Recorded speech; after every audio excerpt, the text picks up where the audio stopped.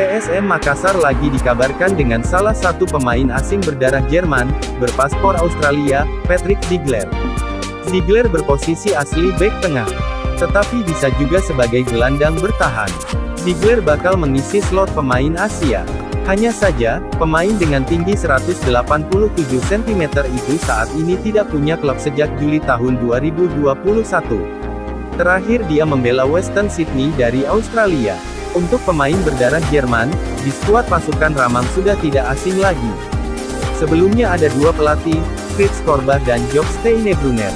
Saat itu, kedatangan Korba dan Steinebrunner sangat diharapkan oleh manajemen PSM untuk mendongkrak prestasi tim. Korba misalnya, pelatih yang menghabiskan karir kepelatihannya dengan menangani berbagai klub di Liga Belanda ini datang ke PSM menggantikan peran Janu. Sentuhan Korba di PSM awalnya menjanjikan. Juku Eja lolos ke babak 8 besar di Stadion Gelora Bung Karno dengan status runner-up wilayah timur di bawah Persipura. Namun, di Senayan, penampilan Juku Eja mengalami antiklimaks. Bergabung di grup barat bersama Persebaya Surabaya, PSIS Semarang, dan Persija Jakarta selaku tuan rumah, Juku Eja hanya mencatat 2 kali imbang dan sekali kalah. Raihan itu jelas tak cukup mengantar Juku Eja ke babak final.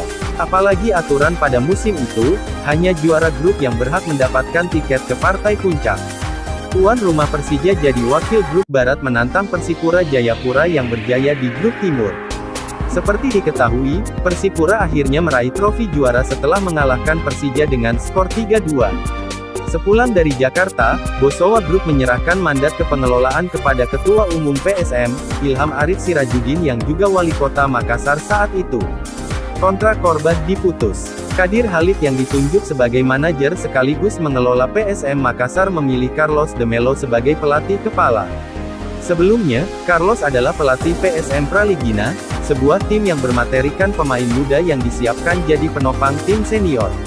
Lalu datanglah Steinebrunner ke Makassar dengan target mengembalikan pamor PSM yang kembali berkiprah di Liga Super Indonesia 2014. Sebelumnya, PSM sempat hengkang ke Liga Prima Indonesia selama 2,5 musim. Saat itu, Bosowa Group sudah menyandang status pemilik saham mayoritas PSM. Sejak awal kedatangannya, sosok Steinebrunner memang sudah diragukan oleh kalangan supporter PSM. Pengalamannya melatih 2 klub Indonesia, Medan Chief dan Delta Sidoarjo dinilai belum layak untuk mewujudkan target tinggi yang diusung manajemen. Apalagi, saat itu PSM terpaksa bermarkas di Stadion Gelora Bung Tomo saat menjamu lawan karena Stadion Andi Matalata Mato Angin dinilai tak layak. Terbukti, setelah memimpin PSM pada 2 laga awal LSI 2014 tanpa kemenangan, Steinebrunner diminta mundur dari Juku Eja. Di LSI 2014, Steinebrunner hanya 2 kali mendampingi tim. Dengan hasil 1-1 dengan Persisam Samarinda dan kalah 0-1 dari Persepam Madura. Sehari setelah dijamu Persepam, Steinebrunner mundur sebagai pelatih PSM. Pada 12 Februari 2014, perannya digantikan oleh pelatih kawakan Rudi Keltjes.